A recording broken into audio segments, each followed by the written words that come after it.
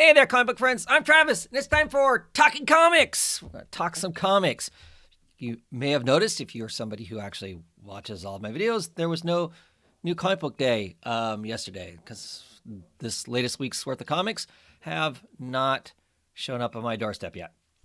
One of the many woes of ordering mail order comics. At any rate, so these are books from the week of August 14th. 2024, no particular order, jump right in. First up, we have Outsiders issue number 10. Still really enjoying this. This issue was very, so it definitely is dealing with Planetary now. I mean, literally, the book Planetary is is in this issue. It's made for some interesting fun. We find out the plan of Drummer and where Batwing and Batwoman fit in that plan. They really don't, unfortunately. But very, I mean, I really enjoyed it. I'm looking forward very much to the next issue. I don't think the next issue is last year. I think it actually is full 12 issues. But this one ended with a pretty lethal strike to the universes. So I'm curious to see how that plays out, how that gets fixed in the grand scheme of things. You know, how do they survive it? I'm really interested in that. The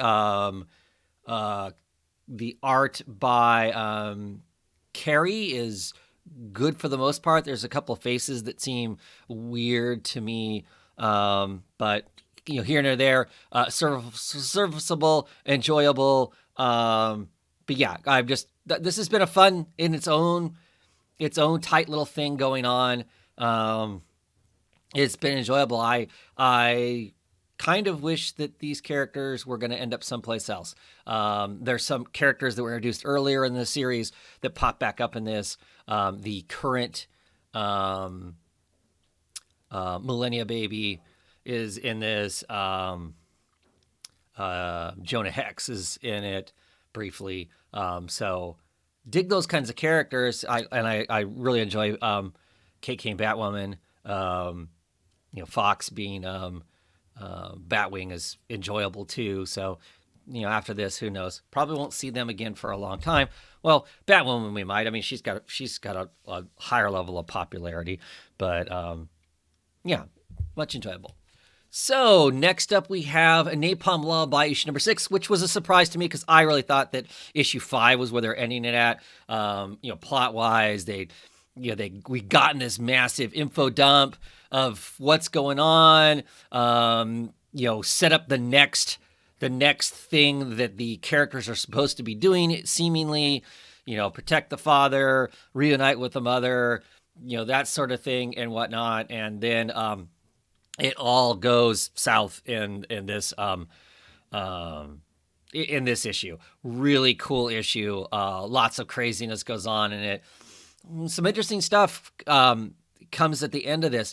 I'm wondering now if I should have been taking the subtitle above Napalm Lullaby a little more seriously. A living dream with one chance to wake a world beyond salvation. I got this whole nightmare thing that's going on at the end of this. Really, really cool. Really sinister. Guy, you know, the next, taking a break now. Officially, I did read in the back there, it's taking a break now. So I'm really curious to see how, you know, what's next. I'm excited for what's next. Whereas I've been enjoying the book, but it hasn't really done anything to really grip me. This issue did, and what's going to be the play after this is going to be really, really curious. Really interested to see what plays out. The powers for this character were very cool in this issue. Lots of dynamic stuff. She kind of has this horde of dream-like characters. Lots of them cartoonish of sorts. You know, because you know, dreams. You know, if you're having wild dreams, it's all kinds of silliness that's there, along with a lot of grimness also along the way. But really, really good book by Recommender and Bengal. Yeah, I'm stoked for you know, what's coming next. Profane, issue number 3. Awesome cover as always. The story's all right. We continue with our literary gumshoe, walking in the real world, trying to solve the murder of his writer. There's more at hand going on. Obviously, it's full of all kinds of noirisms, as it were. It's amusing. The covers are way cooler than the book itself for me, though. I'll finish it out. It's been all right, but it doesn't necessarily, the plot doesn't necessarily grasp me, and the delivery doesn't necessarily grasp me as being something. But I'm gonna finish it out. It's 5 issues. Like I said, the covers are cool.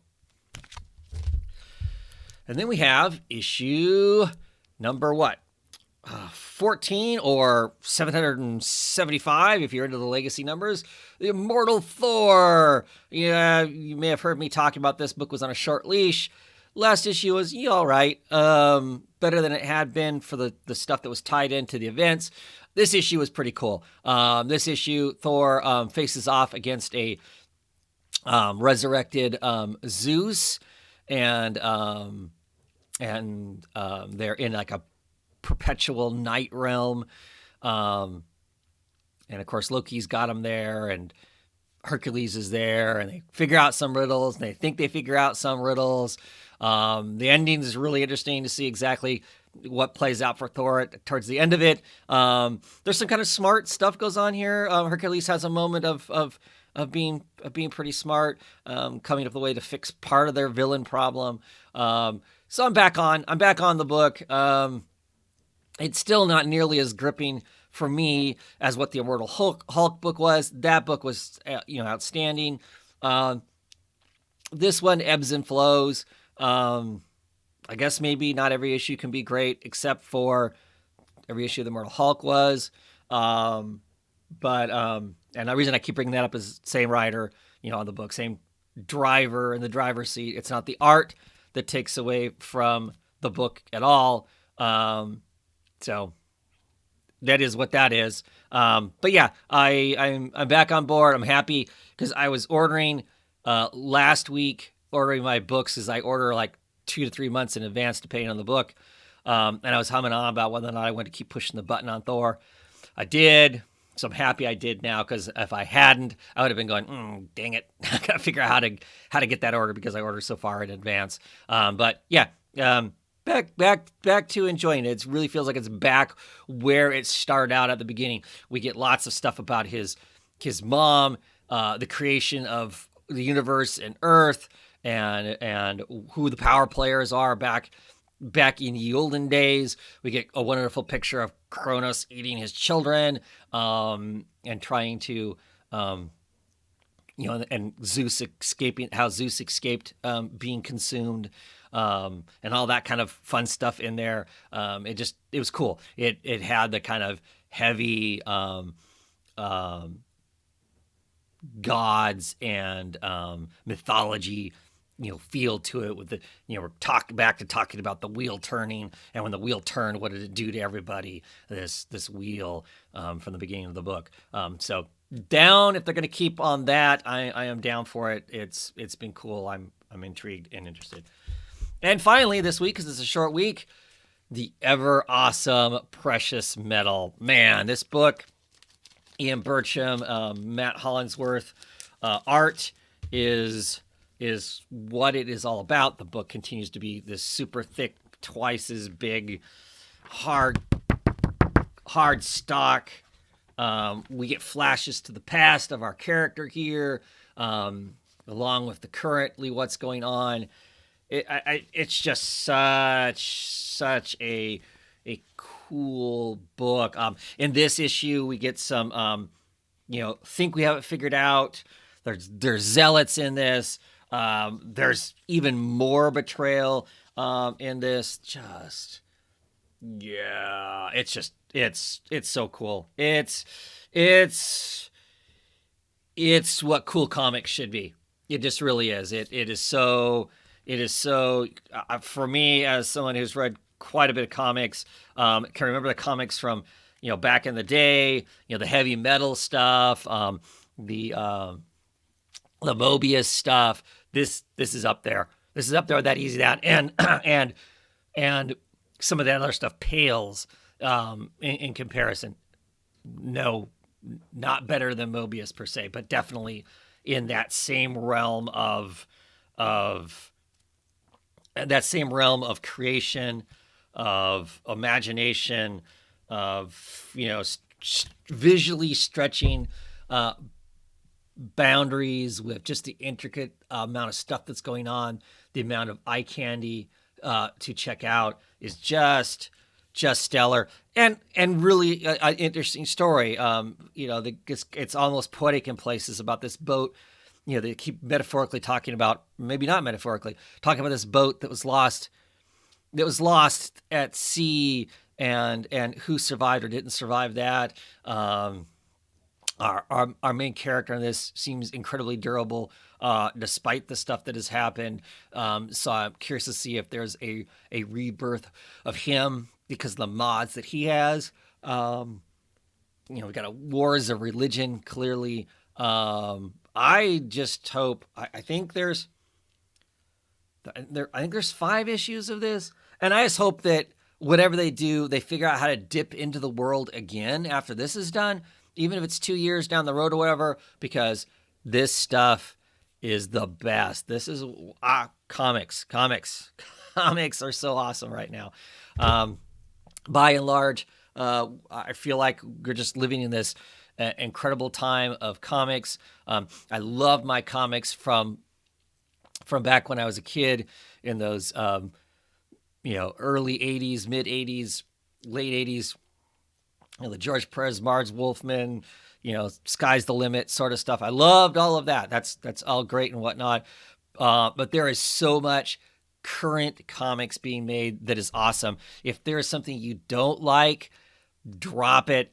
I guarantee you there's a dozen other books out there waiting for you that you will read and you will find that are awesome, because there's just that much good stuff being produced right now. And I know I'm missing a chunk of it. I watched some of your guys' videos. I'm like, oh man, I should have picked that up.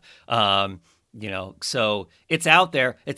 You just gotta you find it. Watch other people's videos that are actually putting books up and talking about what's out there, what they're excited about. That's usually my first indication. If somebody seems excited, truly excited about something, that's something I want to check out if I've missed it somewhere along the way, and find what's right for you, because it's out there. If you go, all comics are they're blah blah blah now, I feel like you're wrong. Do your own thing, but there's a lot of amazing things out there. So that close it out. Maybe sometime weird. There'll be a weird video in the middle of the week of me getting last week's comics, if I have time to do that. Otherwise, I'll hopefully see you next week, having read those comics and talking about those, and maybe coming week's comics will come on time. Have a great one, everybody.